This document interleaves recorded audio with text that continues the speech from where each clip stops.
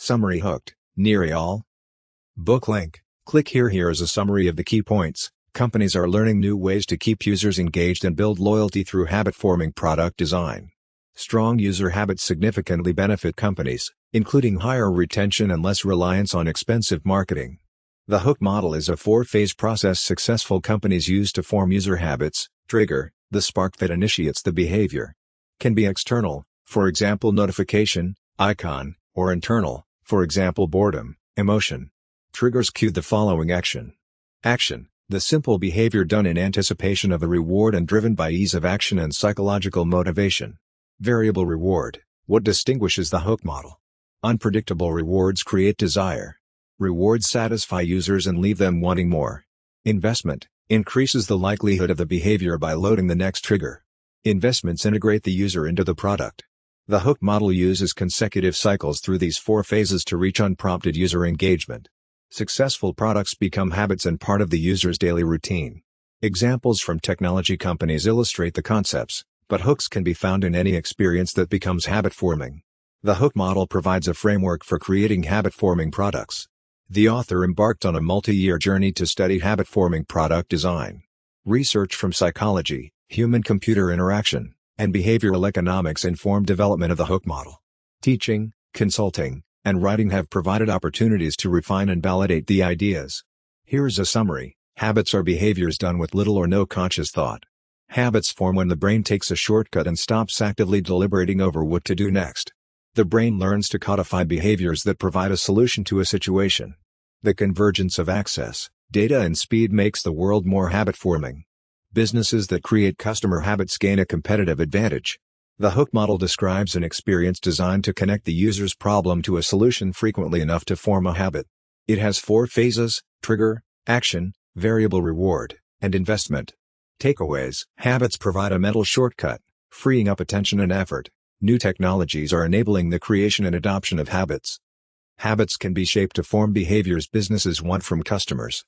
The hook model is a framework for building habit-forming products. The story illustrates how ingrained habits can override conscious thought. The author's habit of going on morning runs caused him to wish people good morning in the evening and shave unnecessarily after an evening run. Habits form as a mental shortcut, freeing up attention and effort. New technologies are enabling the creation and adoption of practices. Businesses can shape habits to get desired behaviors from customers. The hook model provides a framework for building habit-forming products. Here's a summary. Habits are automatic behaviors triggered by cues in the environment. They provide a sense of comfort as the brain defaults to familiar actions. But habits can also be hard to break as they are often unconscious and conditioned responses. Habits are precious for businesses. They increase customer lifetime value by causing people to use a product regularly and frequently. This also gives companies more flexibility to raise prices. High user engagement caused by habits leads to faster growth. When people frequently use a product, they invite others to join, accelerating viral loops. More daily active users also mean faster response times within these loops. Strong user habits are a competitive advantage as people are less likely to switch to rival products. New entrants must be vastly superior to overcome people's tendency to stick with the familiar. Marginally better solutions need help to gain adoption.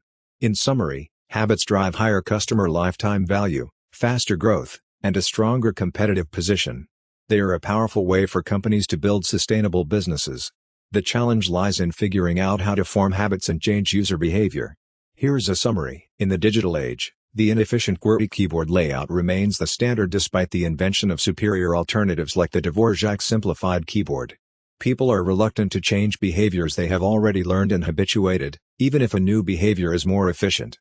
Once people learn a behavior, it becomes habit and they perform it with little conscious thought. This makes it very difficult to get people to switch to new behaviors. Successful habit change is rare. For new behaviors to become habits, they must be performed frequently. The more often a behavior is repeated, the more likely it is to become habituated. Infrequent behaviors are less likely to become habitual. Perceived utility also increases the likelihood of a behavior becoming habituated. Behaviors that are seen as highly useful, either by providing pleasure or avoiding pain, are more likely to be repeated until they become a habit. Frequency and perceived utility together determine a behavior's habit-forming potential. Behaviors that occur frequently and are seen as highly useful enter the habit zone, where they become the automatic, default behavior. Behaviors below this threshold are less likely to become habits. Frequency is the more critical factor. Even minimally functional behaviors can become habits if performed often enough. But no matter the utility, infrequent behaviors remain conscious actions and do not become habituated. The time it takes for a new behavior to become habituated can vary from weeks to months depending on the complexity of the behavior and its importance to the person. More frequent and proper behaviors generally become habits faster. Companies that can create habit-forming products enjoy benefits like higher customer lifetime value, greater pricing flexibility, faster growth, and a competitive advantage. Building habit-forming products is a powerful business strategy. Here is a summary. Successful companies often provide habit-forming products and services that people use frequently, sometimes multiple times daily. These habit-forming products start out as vitamins that provide emotional benefits but eventually become painkillers that offer functional benefits once the habit is formed. Habit-forming products create positive associations between the problem and the product's solution in users' minds. They relieve discomfort or itch through use. Habits are not addictions. Habits can positively impact users' lives, while addictions are harmful dependencies. The hook model helps build positive habits through triggers, actions, variable rewards, and investment. Triggers are the first step in the hook model in habit formation. They act as a call to action by associating product use with an emotion, location, time of day, or other trigger. Triggers can be external like an alarm clock or internal like a craving. They prompt an action, like using Instagram, through repetition and a perceived benefit or utility. Examples of habit-forming products include social networks, messaging apps, and fitness trackers. These provide emotional benefits initially but become relied upon for functional benefits after the habit forms. The key takeaway is that habits are built over time through repeated triggers and perceived benefits from product use. Companies should understand their product's emotional versus functional benefits and how frequent triggers can hook users into regular product interaction and ultimately, habit formation. Here is a summary of the key points. External and internal triggers prompt users to take action and drive habit formation. External triggers are sensory stimuli in the environment that tell users what to do next. They include paid triggers, ads, marketing, etc. unsustainable but used for user acquisition. Earned triggers, press, viral media, etc. short-lived but can drive growth. Relationship triggers referrals from friends and family. It can create viral growth but must be authentic. Own triggers, apps, email newsletters, etc. used after users sign up and drive repeat engagement. Internal triggers are thoughts, emotions, or routines that automatically cue behavior. They are the ultimate goal of habit-forming tech. Internal triggers manifest in the user's mind and connect a product with a thought, emotion, or routine. Examples include boredom, loneliness, and fear of missing out. Internal triggers form bonds between a user and a product that solves their problems or satisfies their needs. Repeated use and relief of pain or negative emotions cement these bonds into habits. A study found depressed students use the internet more, likely due to more frequent negative emotions and a need to relieve discomfort. Tech that provides psychological relief can be habit-forming. In summary, companies drive habit formation by using external triggers to acquire users, then internal stimuli to keep them returning. The ultimate goal is to have users associate a product with their frequent internal triggers. Here is a summary. Many people seek relief from negative emotions by turning to technology. We use different technologies in response to other triggers. When bored, we seek excitement from sensational news. When stressed, we find serenity in calming websites. When lonely, we connect with friends on social media. When uncertain, we Google for answers. Email provides validation and escapes from mundane moments. Once hooked, we automatically turn to these technologies in response to emotions without thinking. Products that form associations with our internal triggers provide quick relief and keep us returning without prompts. Creating these associations requires learning about users' deep emotions and pain points, not just their stated preferences. Techniques like customer development, usability studies, and empathy maps can reveal users' actual wants. I Asked Why 5 times can uncover the root emotions that drive people to use habit-forming products. For example, a busy manager named Julie might use email to alleviate her fear of missing out by staying informed about colleagues, friends, and family. Understanding the underlying emotions allows designing solutions to address them. By capturing photos, Instagram taps into users' internal triggers like fear of losing a moment. External stimuli like friends' posts and media coverage initially attracted users. Repeated use created associations with internal stimuli, turning Instagram into an intraday habit. Instagram also alleviates boredom by enabling social connections and the fear of missing out. Connecting users' emotions to solutions is critical to forming addictions. Here is a summary of establishing new routines. Triggers. External triggers, cues from the outside world that prompt action, can be adjusted to maximize impact. Examples are notifications, ads, etc. Internal triggers, cues that come from within, such as emotions, that prompt action. Understanding internal motivations is critical to building habit-forming products. Motivation. There must be sufficient motivation for a behavior to occur. Motivation is driven by seeking pleasure and avoiding pain, seeking hope and avoiding fear, seeking social acceptance and avoiding rejection. Motivation can be increased or decreased to make a behavior more or less likely. Examples are using emotions like hope or fear in advertising. Ability. The behavior must be easy to do. If it requires less effort, motivation or triggers will be enough. Reducing the steps required to complete an action increases ability and adoption.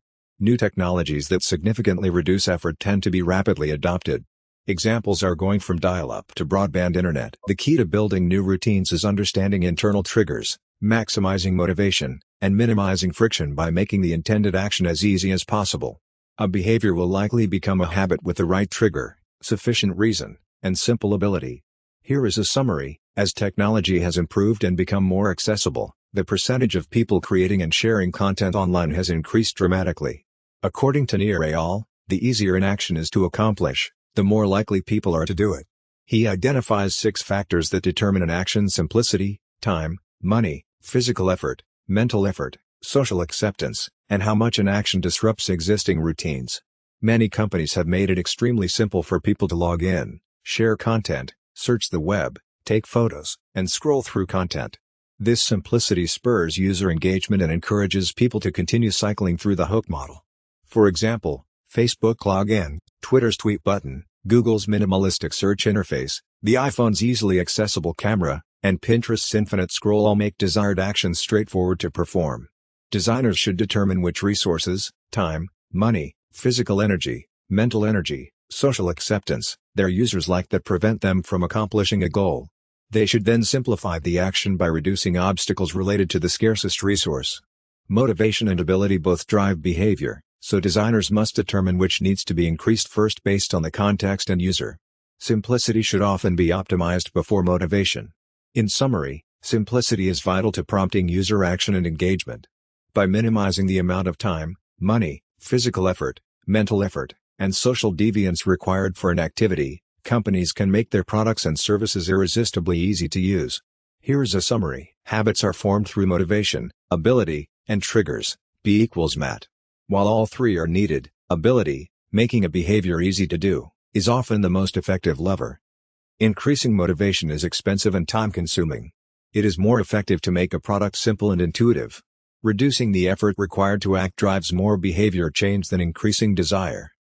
Twitter evolved its homepage by making the interface more straightforward and the call to action more prominent. This increased people's ability to use the product and sign up.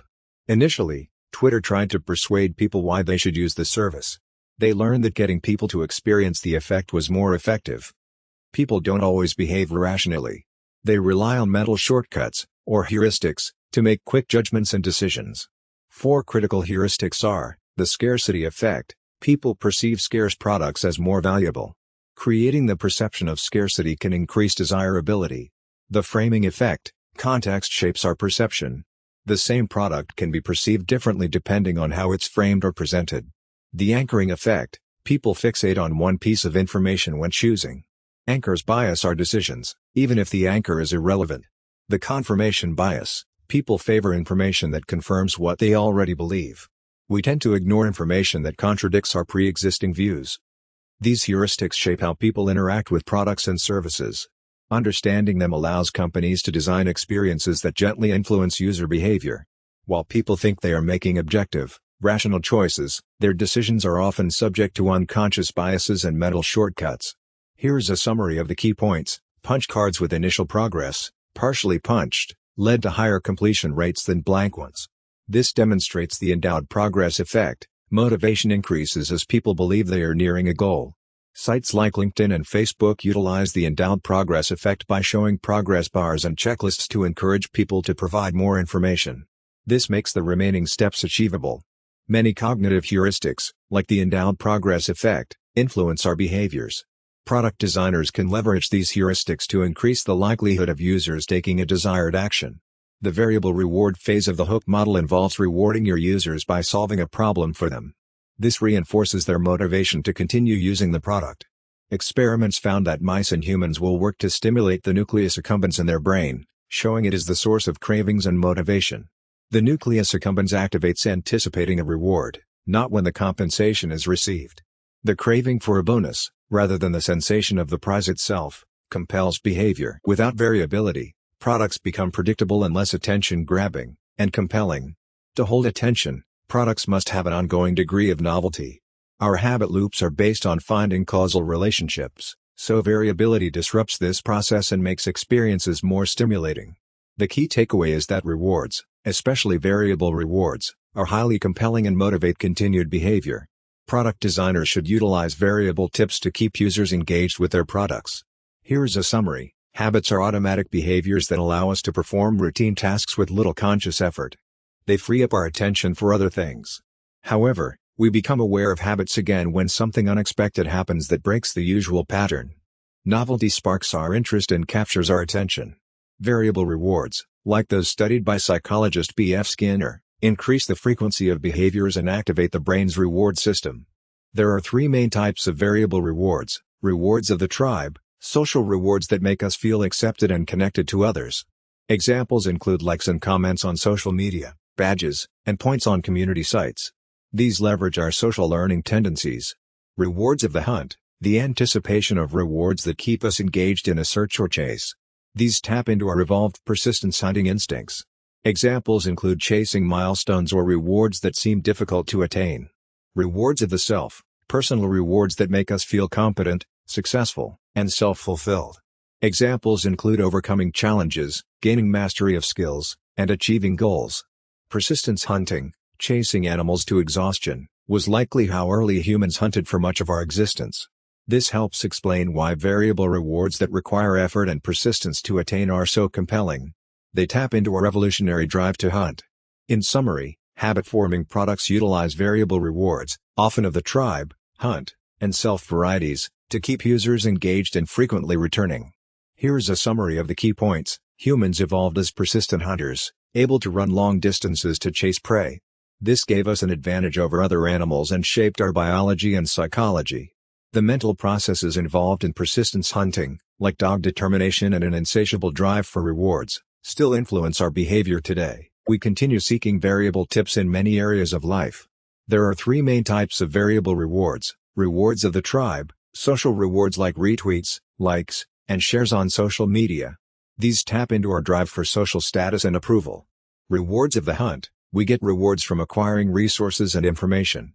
This includes things like slot machines, Twitter, and Pinterest.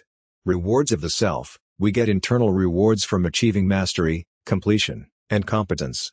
This includes things like video games, email, and Code Academy. When designing reward systems, more than variable rewards are needed. You have to understand the deeper motivations and drives of your users. For example, Mahalo failed because monetary rewards were required to be actually motivating for their Q&Amp, a site. Users were more motivated by mastery and sharing knowledge. Variable reward systems should be designed carefully and ethically.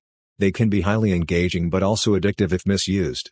The rewards must fulfill users' core needs and values to be sustainable. That covers the key highlights from the summary on variable rewards and habit formation. Please let me know if you would like me to explain anything in the summary in more detail. Here's a summary. Variable rewards are not effective on their own. They must align with users' motivations and interests. Core succeeded by matching social rewards to users' motivation to ask and answer questions. Forcing unwanted changes or features onto users risks losing their trust and engagement. Core's views feature backfired because it automatically opted users in without their consent. Affirming users' autonomy and freedom of choice makes them more willing to engage in requested behaviors. The "but you are free" technique has been shown to double compliance with requests. MyFitnessPal's strict calorie tracking approach failed to become a habit for the author because it felt like an obligation rather than something the author wanted to do. The app did not leverage any existing motivations or behaviors. Fitocracy succeeded by tapping into users' existing motivation to connect with others. It replicated the social experience of a gym, making new features and habits more appealing and easier to adopt. The most successful companies create products and services that people want to use, not have to use. They align new features and requested behaviors with existing motivations instead of forcing unwanted user changes. In summary, variable rewards and motivation techniques will not be effective if a product fails to tap into users' intrinsic interests and autonomy. The most engaging products feel like something users want to do, not have to do. Here's a summary. Companies that successfully change behaviors present users with an implicit choice between their old way of doing things and a new, more convenient way to fulfill existing needs. By maintaining the user's freedom to choose, products can facilitate the adoption of new habits and change behavior for good. Whether coerced into doing something or forced to adopt a new behavior, people often feel constrained by threats to their autonomy and rebel. To change behavior, products must ensure the users feel in control. People must want to use the service, not feel they have to. At the heart of every good tale is variability. The unknown is fascinating, and intense stories hold our attention by waiting to reveal what happens next. However, if the search to resolve uncertainty is such a powerful tool of engagement, why do we eventually lose interest in the things that once riveted us? Experiences with finite variability become less engaging because they eventually become predictable. Businesses with limited variability must constantly churn out new content and experiences to satisfy consumers' desire for novelty. In contrast, infinite variability maintains user interest by sustaining variability with use. Variable reward systems must satisfy users' needs while leaving them wanting more. The most habit-forming products utilize variable rewards: the tribe, social rewards, the hunt, material rewards, and the self, intrinsic rewards. Email uses all three. Creating a habit-forming product requires more than simply giving users what they want. The hook model's trigger, action, and variable reward still needs a final critical phase: investment. Here's a summary. The more users invest time and effort into a product or service, the more they value it. Our labor leads to love for the things we work on. We irrationally value the things we put effort into creating or building. Studies show we love the things we make much more than others value them. This is known as the IKEA effect. We seek to be consistent with our past behaviors. Our past behaviors and actions are good predictors of our future actions. Small initial actions can lead to more significant actions down the line. We avoid cognitive dissonance. We change our perceptions and attitudes to reconcile conflicting thoughts and align our views of the world. This is known as rationalization. These three principles, valuing our efforts, consistency with past actions, and avoidance of cognitive dissonance, shape our future behaviors and habits. They make us prone to rationalizing and giving reasons for our actions, even if others designed those reasons. Game designers use these psychological principles to get people to do things they might not otherwise do, like play a simple text-based mafia game. Getting people to invest a little time and effort can get them to invest a lot more through consistency and rationalization. Here's a summary. To build an irresistible product, companies utilize the hook model, which consists of a trigger, action, reward, and investment. The investment phase is critical for habit formation because it locks in users by having them put effort into the product. Investments come in various forms. Content: the more content users add, the more valuable the service becomes to them. Examples are songs added to iTunes and photos added to Facebook. Data: the more personal data users provide, the more customized and valuable the service can become. Examples are LinkedIn profiles and Mint.com financial data. Followers: the more people users follow on networks like Twitter and the more followers they gain, the more valuable the network becomes. Following and gaining followers requires effort and investment. The key idea is that habit-forming technology continually uses users' investments in the product to enhance the experience. The more users invest, the more committed they become to the service. Tiny investments, like providing more personal data or following one more person, create a hook to bring people back repeatedly. Here's a summary. Investing in a product loads the next external trigger to re-engage the user.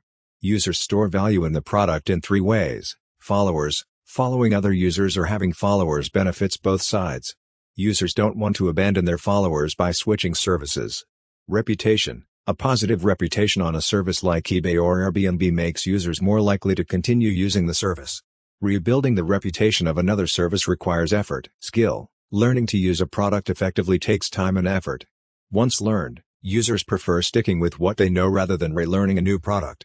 Products can load the next trigger by connecting to a calendar to prompt return after a meeting, generating matches that prompt notifications, Tinder, implicitly prompting responses through disappearing messages, Snapchat, notifying users when others contribute to a thread, Pinterest. Like other hook phases, the investment phase must be designed carefully considering the user's motivation and ability. Investment should be progressively staged into small steps. Overall, the investment phase increases the likelihood of returning by loading future external triggers. Here is a summary. Habit-forming technologies use hooks to pull users back repeatedly and create habits. Hooks comprise triggers, actions, variable rewards, and investments. Triggers cue the user to take action. Actions are the most straightforward behavior the user can take. Variable rewards provide feedback and keep the user engaged. Investments load the next trigger. Companies create habits to make their products difficult to quit and gain a competitive advantage. The hook model describes how to build habit-forming products. Users move from external to internal triggers and from low to high engagement. There are 5 questions to ask when building hooks. What pain is your product relieving? Internal trigger. What brings users to your service? External trigger. What is the most straightforward action users take? Action. Are users fulfilled yet left wanting more? Variable reward. What bit of work do users invest in? Investment. The hook model can be used for good or bad. Product makers have a responsibility to build ethical habit-forming technologies. The manipulation matrix has 2 questions to determine if a habit-forming product should be built. Would I use the product myself? Will the product help users materially improve their lives? Facilitators build products they would use and that improve users' lives. Entrepreneurs build products they would not use but help others. Dealers make products that harm users. Dictators build products that harm others but benefit themselves. Summary of key terms: hooks, hook model, habit-forming technology, variable rewards, investments, internal triggers, external triggers, manipulation. Here's a summary. Jake Harriman founded Nuru International, a social venture that aims to help people in extreme poverty by changing their habits and agricultural practices. At first, Harriman was still determining how exactly to help the poorest people. But by living with farmers in Kenya, he learned that they needed access to high-quality seeds and fertilizer, preventing them from increasing their yields. Nuru now equips farmers in Kenya and Ethiopia to rise out of poverty. By using his own product, Harriman designed solutions tailored to users' needs. Companies can now use data to identify addicted users. They must inform and protect these users, though addiction only affects a small minority.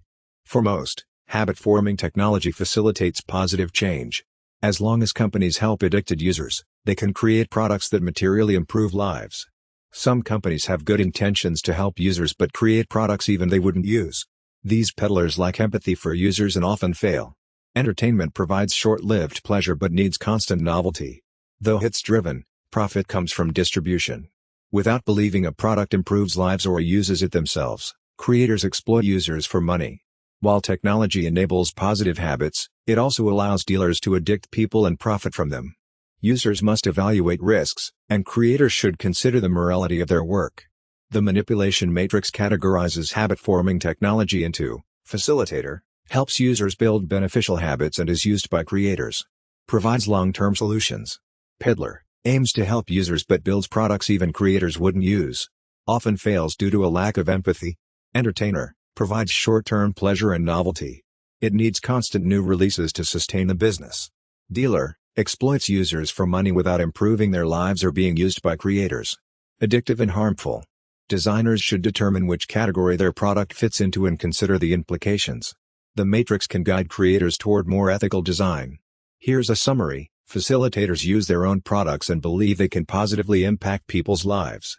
They have the highest chance of success because they understand users' needs. Peddlers believe their product can help others but don't use it themselves. They risk creating solutions for problems they don't fully understand. Entertainers use their product but don't believe it improves lives. Their products often need more staying power. Dealers neither use the product nor believe it helps others.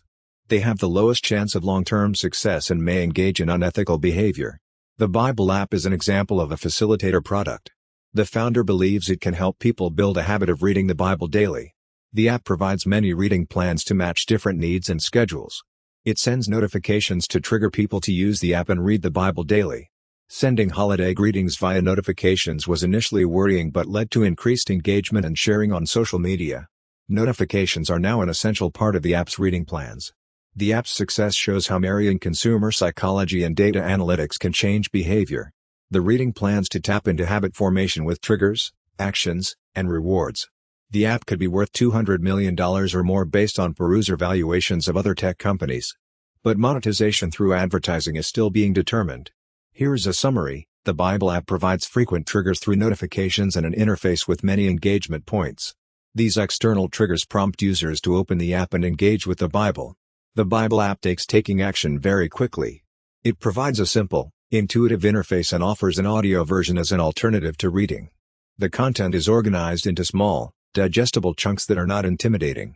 The rewards offered by the Bible app are variable and somewhat unpredictable. Users don't know which Bible verse they will receive each day. The tips also satisfy users' need for meaning or purpose. Sharing Bible verses on social media also rewards users by allowing them to portray themselves positively. The Bible app encourages small investments from users in the form of highlights, bookmarks, annotations, and shares. These investments make the app more valuable to users over time and less likely to be discarded. To build a habit-forming product, designers should test their hypotheses by building prototypes and analyzing user behavior. The hook model helps identify weaknesses in habit potential, but experimentation is required to determine what actually works. Building habit-forming technologies is an iterative process that requires patience and persistence. The summary highlights how the Bible app employs the 4 phases of the hook model to create user habits, emphasizes the need for experimentation, and introduces habit testing as an iterative methodology for building habit-forming products. Here is a summary. Habit testing is studying user habits and modifying products to make them more habit-forming.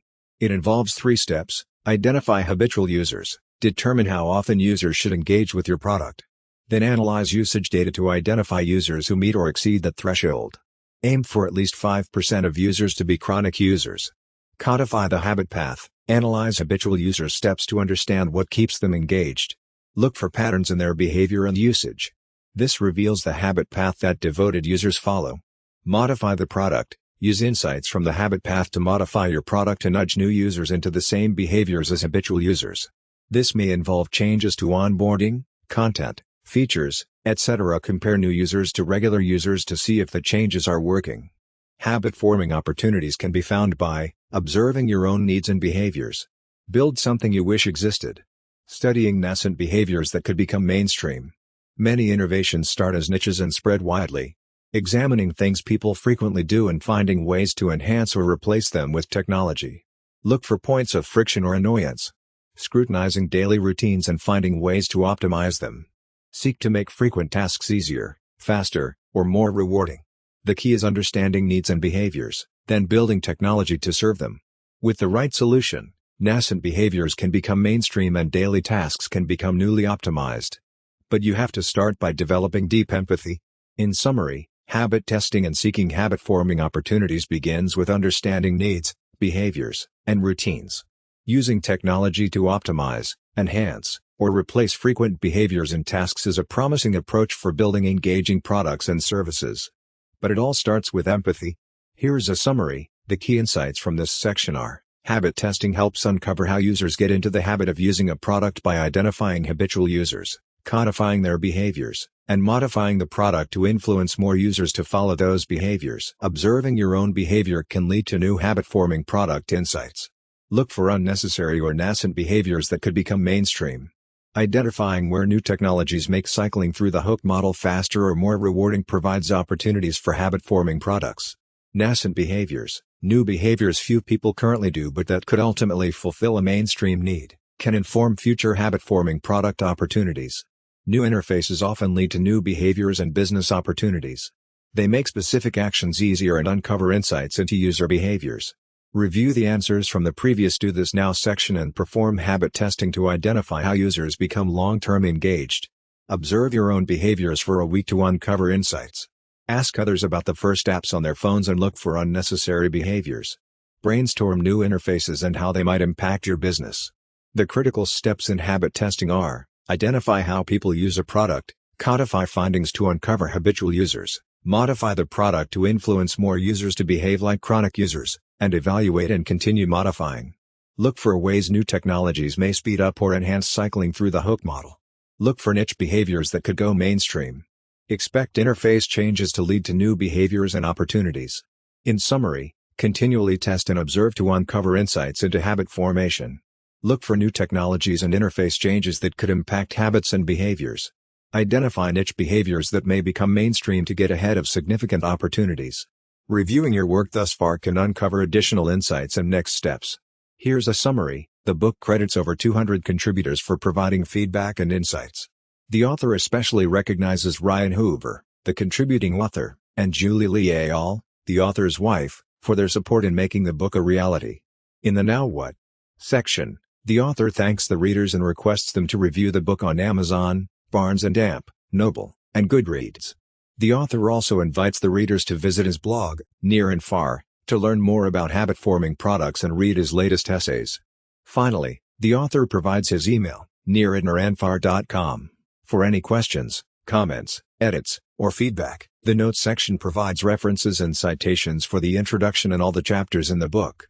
The authorities are from research papers, news articles, books, and websites. Here is a summary. Habits form through the repetition of behaviors until they become automatic. There is a spectrum of automatic behaviors.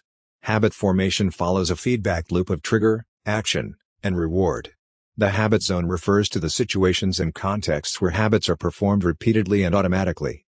Successful companies build habits into their products and services to drive long-term user engagement. Habits are hard to break once formed because the brain treats them as an automated program. However, patterns can be modified by manipulating the habit loop. A trigger activates the habit by alerting the brain to perform a behavior. Triggers come in 5 types: time, location, emotional state, other people, and the immediately preceding action. Practical triggers are particular and personally relevant. They get noticed and prompt an automatic response. Action is the actual behavior or habit being performed. The action must be simple for a pattern to form. Complex behaviors do not readily become habits. The move should also be something that can be performed repeatedly in the appropriate context. Reward is the benefit gained from the habit. It can be internal or external. The reward mechanism in the brain reinforces the connection between the trigger, action, and reward. This loop has to repeat consistently for a habit to form. If the reward stops, the pattern is more likely to fade away. The factors influencing habit formation include repetition, reinforcement, simplicity, specificity, personalization, and motivation. Using these principles, habits can be created intentionally by systematically identifying triggers, defining simple actions, and providing clear rewards. This habit stacking method helps build new habits gradually over time by repeating a simple series of behaviors. In summary, habit formation is the process by which new behaviors become automatic through repeated practice in a consistent context. Mastering the habit loop and applying fundamental principles of habit formation can help individuals lead more productive and meaningful lives. Understanding habit formation also allows companies and products to serve long-term customer needs better. Habits are powerful because they create mental shortcuts that bypass our limited willpower. But that same automaticity means practices must be carefully and intentionally shaped. The behaviormodel.org summarizes how companies and products can design user experiences to influence behavior and form habits. The site outlines 6 fundamental techniques they call the hook model: trigger an external stimulus that prompts a behavior. Triggers can be activated through associations, emotions, or the environment. Action, the simple, straightforward behavior that the user takes in anticipation of a reward. Examples include scrolling, clicking, and swiping. Variable reward, rewards that are variable and unpredictable keep users engaged. Examples include social validation, external rewards like badges or points, and intrinsic rewards of discovery and learning. Investment, the user puts something into the product, effort, time, social capital, or money. Investments increase the likelihood of users returning. Examples include building collections or profiles, scoring points or badges, etc. Habit loop, a habit is formed with successive cycles through the hook. The habit loop is triggered by a cue that prompts the user to act in expectation of a reward. Craving, users develop an unconscious desire or temptation for the next iteration of the hook. Examples of cravings in technology experiences include social approval, rewards, or feedback. The techniques outlined on behaviormodel.org show how technology companies can design experiences that keep users continuously engaged and form long-term habits. The model highlights how variable rewards, investments, and triggers can be used to influence user behavior and form habits. Here's a summary of the sources. The sources discuss technology adoption and disruption, the psychology of self-disclosure and rewards, habit testing and finding opportunities, startup ideas, and case studies of companies that have leveraged technology. Some key ideas: technology disruption happens in waves. Missing a wave can mean missing significant opportunities. Self-disclosure on social media activates the brain's reward center. This can make social technologies highly engaging and habit-forming. Habit testing involves looking for friction points, aha moments, and schlep blindness, inability to see inconvenient tasks others would pay to have solved. Good startup ideas come from scratching your own itch, ideas at the intersection of multiple trends, and leveraging new technology platforms. The Bible app case study shows how habit-forming technology and self-disclosure combine to create a very engaging product. Snapchat and Buffer is other examples of a startup that has leveraged technology waves. Kodak's downfall warns about the dangers of missing technology shifts and disruptive innovations. Overall, the sources point to principles for developing habit-forming and engaging products, finding new opportunities, and avoiding the fate of missing a disruptive technology shift. Leveraging psychology and new technologies are keys to success. Book link, click here.